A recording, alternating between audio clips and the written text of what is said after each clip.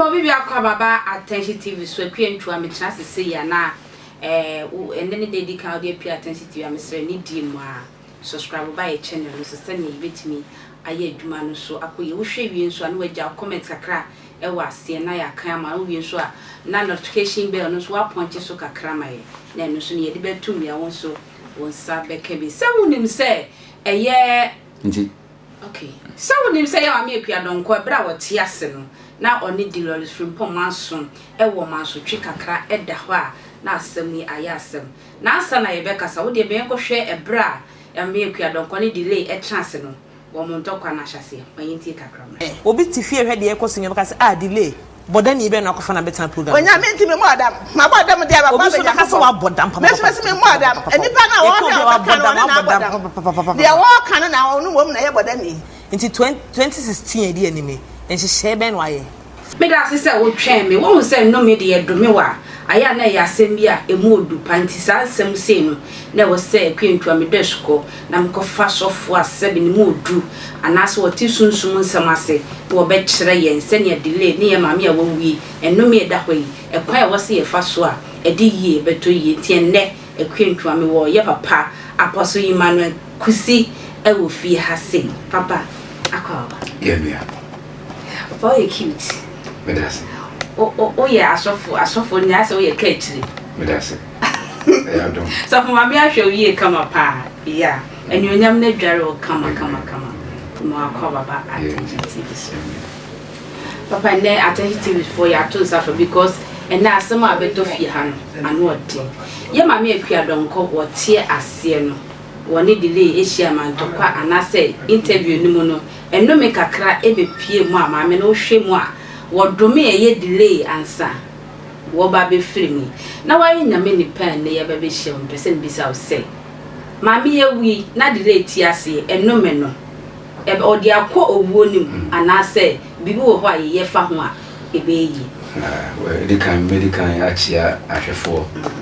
ene T4 mu nyina ehwe attention TV me sanso adamosi no opportunity wala mami say me mlana me meche ma dwen fa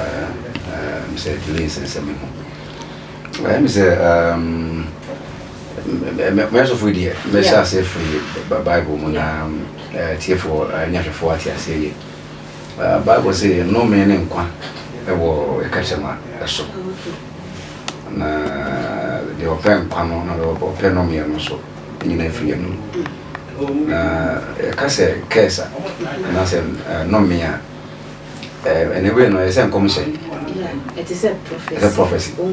prophecy na abba yeah okay in a way no fancy obia ye ne ho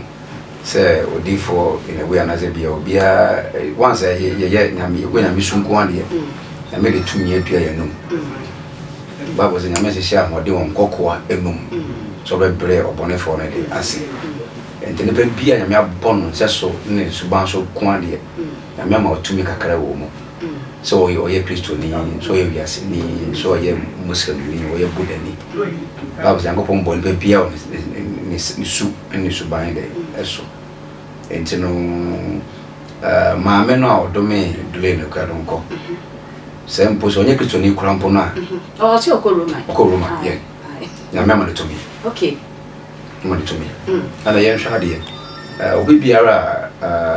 wonyi nchen bia no yeswani hu penifo se omo ye nyame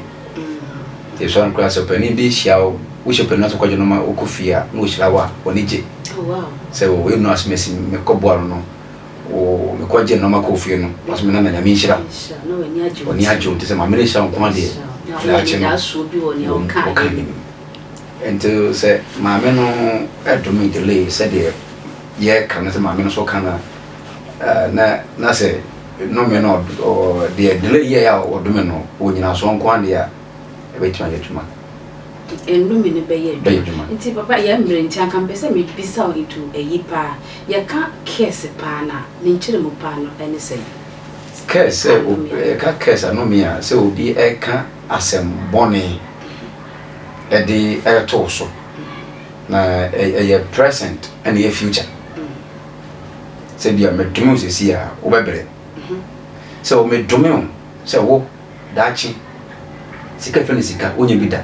say wo dachi be bre and the care some kind of the same commission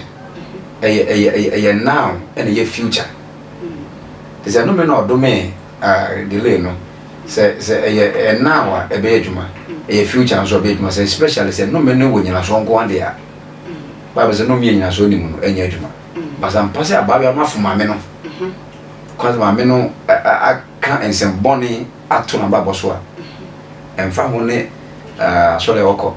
emfa ho ne delay no aso ani emfa na ne emfa ni fence ani emfa ho ne the position won yesu the Bible say dia obebu oban no wo beka no and once wa fun nko ade so wa fun no so wo nya sebi wo nya adwensa che bia kopa no cho no de akọ na so nko ade o da kwa asma no de be adwuma wow be adwuma enti sia ya asem abusi asem na ye tofu akakra enti sia ma mi wa kwose fridge man na se ye ba be sie ni bibi wo ho a wo se Dolores o ya na asa ye sie ma me no ana well yenhwe emra Robin o pa domeno papa domeno ye na papa Jacob adu because of from ni ne papa mpa o ni ne papa yere ko di mpa so agro wow na papa domeno but emra Mosi obewono Mosi obewono Mosi edani no me no edema wadani dem odo Ruby okay so kasi ma Ruby mbo ozema no mbo ena mana seso nya kotoa so ento sha Mosi edani no me no edema Ruby ono krambo no wonya susu so ndi kakra de eba fa no ento no delay ewo opportunity said mama no so kan no bit me adani bazo nyanya me nipa nyame de sa adom no e de adom no nyeso fu bia betumi adani ma no anti sia no hia so bekom abusuafo dia akofra abusua pani ye hwehwe nsa da be nyo hia nsengo wo hia so fo anyame adom no sa adom no e adom minim asofo bia nyame adom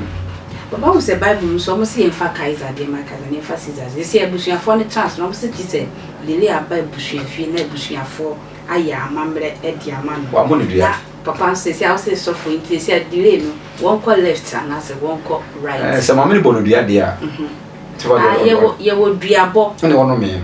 okay inti delay dia no ye enome no me no do me no case if mama ne num ana baaye wan ko bosu no ko bono dua se bi obi akwantoa body snap eni nkosua akọ dua ama yusu bi mama na mo ndu ama yusu fenenu na dai e bai ebi na to Jacob Adikan Ruby yes or apart fenenu na dai adome o fenenu je yusu ada ka kwaro ko de delay ko je yusu bi dia na o se busua no ekọ na ekọ sere na ekọ dan bia bo no da we no me so you know me the bed man say mama ni oba penny e ne mama so and now with biara so a when you chon biara so no e authority e wo so e hwe ni enyi e treasure kase ba age e treasure very treasure so yes and no say mama no money dua wan fana majan so bi na say bosum bi na mama ndi oyawo ene kasai so ja mama no exercise me fa do no say the woman exercise her divine power ebusia papa de bia ba papa say ya me Akua Donkor anko jana nsuo hu ene do me enti ebusia fo amotan se ti delay eba fie ma muhwehwe nsa no za mo na ho ba bia ne nya enti na me say aye du sa tam ye hia nyame ni peli ne ye ne nakasa papa wo se bia ba we case we mama no e de to ho a chewem se 10 years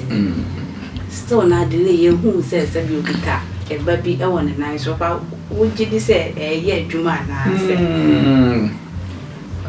na se delay no the program dada obo no problem dada okay obo ya bi enti na bia na wonye yin ko bia se nyu bia na bia so wa ba wo ayo bia debe no bia na nyame so mama wale bia nyame so o mra no o ba papa wo ye sure o ye no kure enye obia enti ene ne o hyeda ma wo su no onya isu onya isu onye obia want so won se ba de me botai ni sei